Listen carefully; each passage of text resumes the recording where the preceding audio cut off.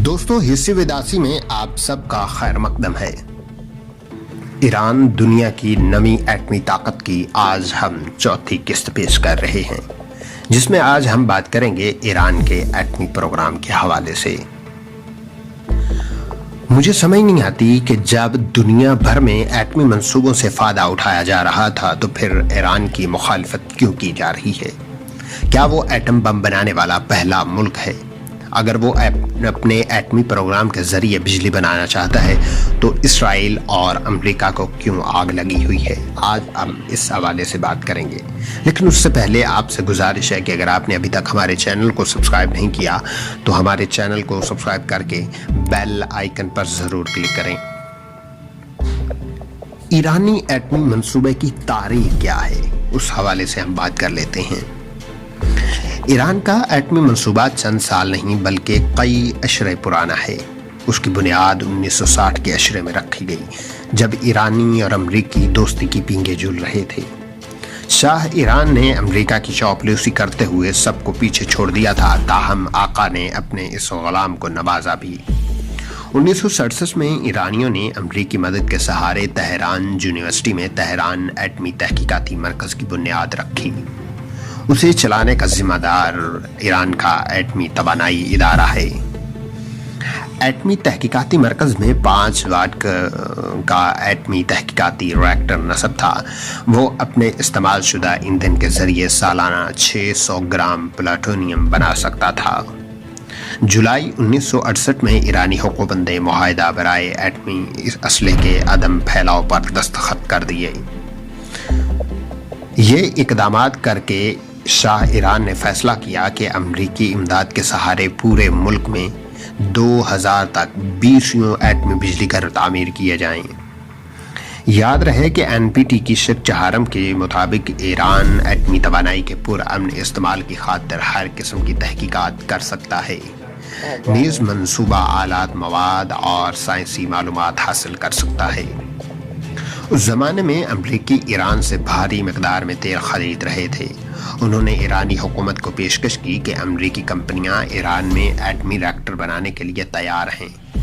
मज़ीद ईरानियों को वसी तादाद में असलहा भी दिया गया। इस तरह अमरीकी बाहमी तिजारत में तवाज़ुन चाहते थे। 1975 में अमरीकी वज़ीर ख़ारिजा एक नेशनल सिक्योरिटी के फैसले पर दस्तखत कर चुके थे, जिसका उन्वान था अमेरिका और ईरान का एटमी ताउन। इस फैसले से अमरीकी कंपनियों के लिए मुमकिन हो गया कि ईरानी एटमी रिएक्टरों के आलात ईरानी हुकूमत को फ़रोख्त कर सकें। यूं उन्हें 6 अरब डॉलर से ज़्यादा रकम मिलनी थी। इस ज़माने में ईरानी 62 लाख बैरल तेल रोज़ाना निकाल रहे थे। मौजूदा मिकदार से ज़्यादा था। 1976 में अमरीका सदर इस हुक्मनामे पर दस्तखत कर रहे थे, जिसके ज़रिए ईरानियों को एक अमरीकी रीप्रोसेसिंग प्लांट देने की पेशकश की गई। इस प्लांट में अमरीकी रिएक्टर के इस्तेमाल शुदा ईंधन से प्लूटोनियम बनाया जा सकता था। ईरान के खिलाफ मुहिम का आगाज़ कैसे हुआ, अब हम उस पर आ जाते हैं। 14 अगस्त 2002 को ईरानी हुकूमत की मुखालिफ तंजीम मुजाहिदुन खल्क के रहनुमा रज़ा जाफरी ने इंकशाफ किया कि ईरानियों ने 2 खुफिया एटमी मकामात बना रखे हैं। एक नांतर शहर में जहां यूरेनियम को अफजूदा किया जाता है, और दूसरा इराक में जहां भारी पानी तैयार किया जाता है।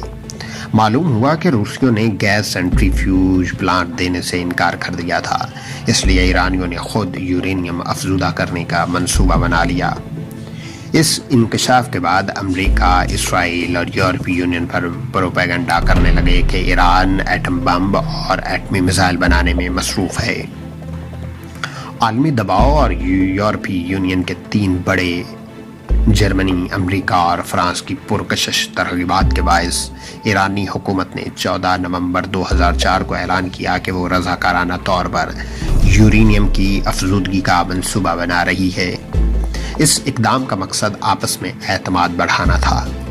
ताहम जब 1 साल गुजर गया और 3 बड़ों ने ईरान को माली, मुआशी और जंगी इमदाद के सिलसिले में ठोस कदम ना उठा تو ایرانیوں کو احساس ہو گیا کہ انہیں خود انحصار کی راہ پر ہی چلنا پڑے گا۔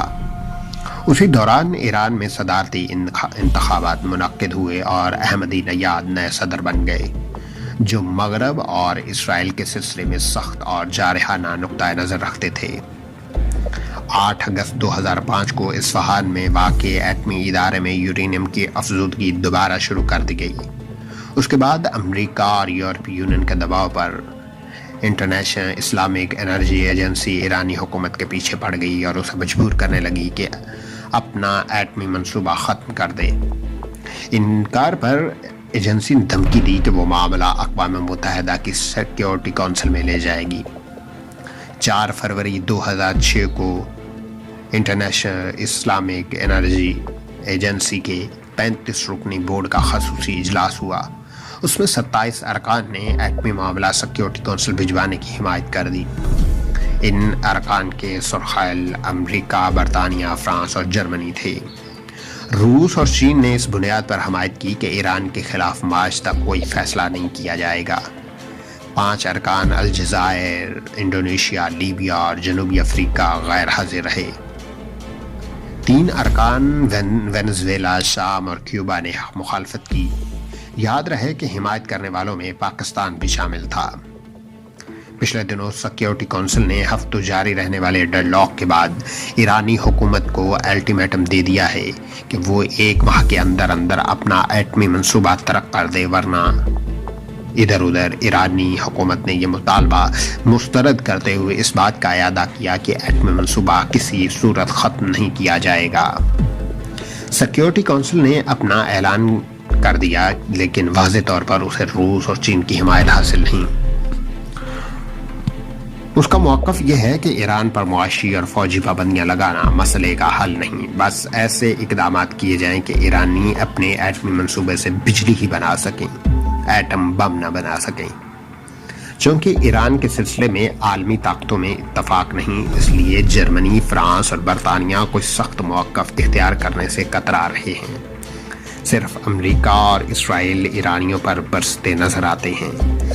صاف سی بات ہے، اگر ایران پر تجارتی پابندیاں لگیں تو ایرانی عوام متاثر ہوں گے اور ہو سکتا ہے یہ قدم انہیں اپنی حکومت کے قریب کر دے۔ ایرانی حکومت کا کہنا ہے کہ بڑھتی آبادی اور صنعت و تجارت کی روح افزوں ترقی کے باعث انہیں ایٹمی توانائی درکار ہے۔ اس میں کوئی شک نہیں کہ پچھلے 20 برس میں ایران کی آبادی گنجان آباد اور دگنی ہو گئی ہے اور اسے بجلی درآمد کرنا پڑتی ہے۔ پھر یہ بھی کہ اگر اس نے اپنے تیل اور گیس کے ذخیرے کثیر تعداد میں استعمال کیے تو ملک کا ماحول تباہ ہو سکتا ہے۔ ایرانی پھر یہ سوال بھی کرتے ہیں کہ جلد یا بدین کے ہاں تیل ختم ہو جائے گا، پھر ایٹمی توانائی کے حصول سے کیوں روکا جا رہا ہے؟ ایرانیوں کی دلیل یہ ہے کہ تیل کو محض بجلی بنانے کی بجائے اہم مصنوعات پر خرچ کیا جائے۔ امریکہ اور اس کے حواریوں کا کہنا ہے کہ ایران میں چونکہ تیل اور گیس کے وسیع ذخائر ہیں، اس لیے اسے ایٹمی توانائی کی ضرورت نہیں، تاہم بالغ نظر اس دلیل کو بودی قرار دیتے ہیں۔ سائنس ثابت کر چکی ہے کہ اگلے 50 برس میں کرۂ ارض سے تیل اور گیس کے ذخائر تقریباً ختم ہو جائیں گے۔ اس صورت میں ہر ملک کو یہ حق حاصل ہے کہ وہ توانائی کے متبادل طریقے دریافت کرے اور ان سے فائدہ اٹھائے۔ مشرق وسطیٰ کی سیاست کے باعث بھی امریکہ ایران کو ایٹمی طاقت نہیں دیکھنا چاہتا۔ اگر ایران نے بالفرض ایٹمی ہتھیار بنا لیے تو مشرق وسطیٰ میں قائم اس کے تمام بحری اور بری فوجی اڈے براہ راست ایرانی حملے کی زد میں آ جائیں گے۔ پھر اس صورت میں خطے میں توازن اور طاقت کا توازن جو ہے امریکی نقطۂ نظر سے بگڑ جائے گا۔ وہ چاہتا ہے کہ خطے میں اسرائیل چودھری رہے۔ ایران نے ایٹم بم بنا لیا تو اس کا یہ خواب پریشان ہو جائے گا، اس لیے ایرانی بم نے امریکیوں کی نیند اڑا رکھی ہے۔ امریکہ کو یہ بھی خطرہ ہے کہ ایرانی ایٹمی منصوبے کی کامیابی سے مصر، لیبیا، سعودی عرب، شام وغیرہ کو بھی ہمت ملے گی کہ وہ اپنے ایٹمی منصوبے شروع کر دیں۔